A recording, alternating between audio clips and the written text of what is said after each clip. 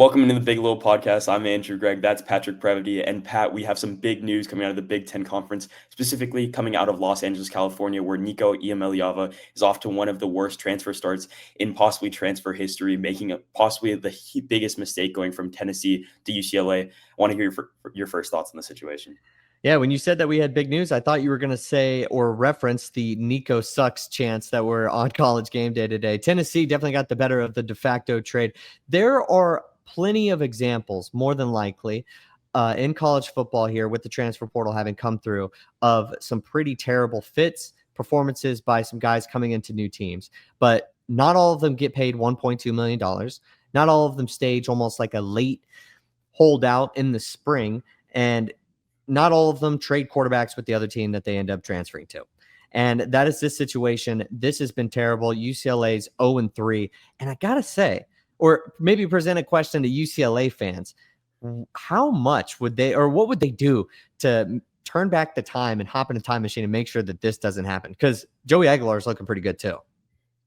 Yeah, I mean, completely. I think when you look at this trade, or like what looks like a trade on paper, holistically, you'd think that Tennessee going into the Georgia now, possibly like as only 2.5-point underdogs and relatively in that game as a top 15 team, and now UCLA paying teams to come in there and losing to those teams, you put a lot of the blame on your quarterback in that situation. You thought you were getting an upgrade, and it's really the complete opposite. So I think if you're wanting to twist back the hands of time at this point, it would be you probably wouldn't take that trade. And I think that this is just an incredibly bad move for Nico because of the fact that he ruined his PR during the offseason, demanded more money from Tennessee essentially, and then went and took less money and is paying way more taxes in California, so just taking significantly less money in general.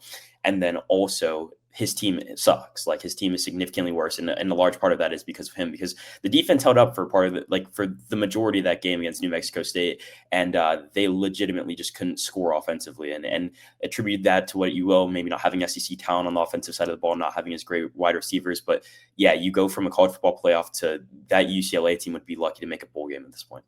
Yeah, these first three games have just been a mess. New Mexico had 298 yards rushing last night, and it just wasn't, whatever UCLA was going to do wasn't going to be enough if you can rush for almost 300 yards. He was 11 for 22 for 136 and a touchdown and a pick against Utah, had 255 yards, a touchdown, and a late pick at UNLV. It's just not what you would expect. You want like that upper echelon type of play. It hasn't really been there. And if I'm saying one thing to any college football player out there, look, I understand it's easy hindsight, but even when the move was made, it felt like it was dangerous or risky. If you're making good money and you're in a good situation, sometimes that's simply better than making more money in a worse situation, because this feels like it derails the NFL hopes that he has. Obviously, we're 3 games in. You got plenty of time. You should have plenty of time, but man, it feels like the world's coming down on him and crumbling, and it didn't have to be this way. And he could have made millions of dollars doing it the other way too.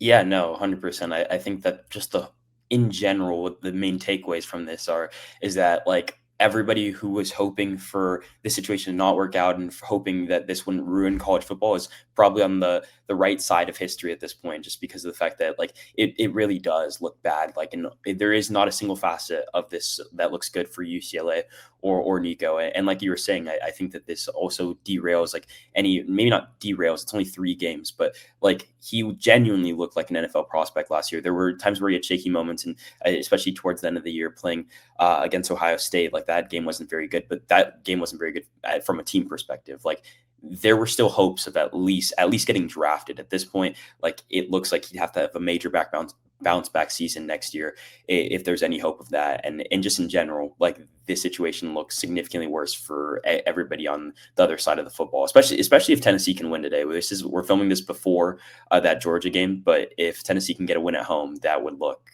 really bad. Yeah, I mean, I couldn't even imagine at that point. Obviously, UCLA is not making it into the college football playoff. I don't know if anybody was picking them before this year anyway, but Tennessee, if they make it, even despite all of this, it's just like, what a firestorm of bad PR and media for Nico.